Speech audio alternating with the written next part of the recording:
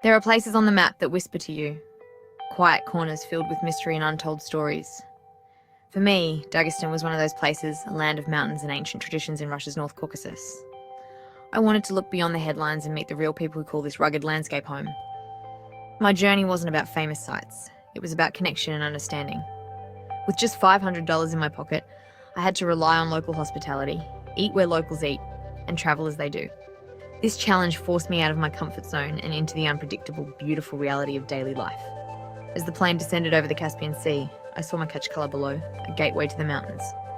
Excitement and nervousness mixed inside me. Would people be welcoming? Could I experience the heart of this republic on so little? I was here to listen, to learn, and to share what I found. Stepping off the plane, the air felt wilder, fresher. The journey had officially begun. My first step, find a shared taxi and dive into the local way of getting around. The mountains were calling, and I was finally here to answer. Travelling on a tight budget changes everything. With $500, every expense mattered.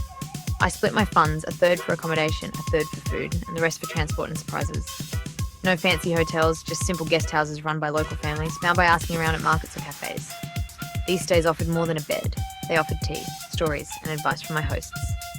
For transport, I relied on Makhachkala, shared minivans that crisscross Dagestan. They're cheap, a bit chaotic, but the best way to see the real region, squeezed in with locals and their stories.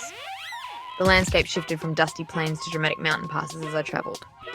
Food was the easiest part. I ate at family-run stolovayas, where a couple of dollars bought a hearty meal. Markets provided fresh bread, cheese, and fruit, simple, delicious, and affordable. My budget wasn't a restriction. It was a key to authentic experiences. Every ruble spent brought me closer to the heart of Dagestan.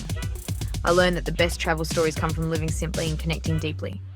The challenge of the budget made every encounter more meaningful. This was slow travel at its best. To understand Dagestan, you have to feel its daily rhythms. In Makhachkala, I skipped the main boulevards and wandered into older neighbourhoods. Life unfolded on the streets. Fresh bread baking in basement ovens, a woman handing me a warm loaf as a gift. The city's heart is the sprawling second market, a labyrinth of spices, cheeses, and vibrant conversations. I lost myself among sacks of fragrant herbs and mountains of fresh cheese, tasting the diversity of the region. For lunch, I found a street stall selling churu, thin, stuffed flatbreads. Magomed, the owner, shared his family's recipe and stories. Each bite was a taste of history, passed down through generations. Later, I took a local bus to a quiet stretch of the Caspian coast, away from the crowds. Families gathered, children played in the waves, and old men played backgammon. I sat as a quiet observer, feeling at peace and welcomed, not as a tourist, but as a guest. No one paid me special attention, but I felt included in the gentle rhythm of daily life. These small moments revealed the city's true character. Makhachkala's beauty lies in its people and their everyday kindness. It was a day of simple joys and profound connections. Here, I found the heartbeat of Dagestan.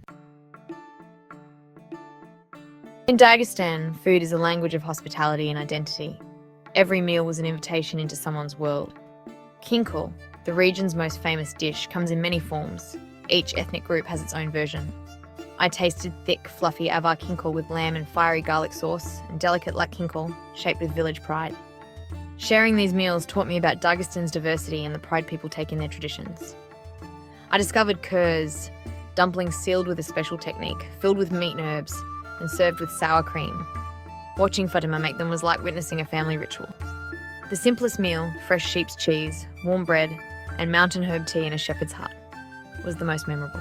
The shepherd brewed tea with thyme and mint from the hills, sharing stories as we looked out over the mountains. These meals were more than food. They were connections to the land and its people. Each bite was a lesson in culture and community. The true taste of Dagestan is pure, honest, and unforgettable. Food here is a gift, and every meal is a story. To truly understand Dagestan, you must meet its people.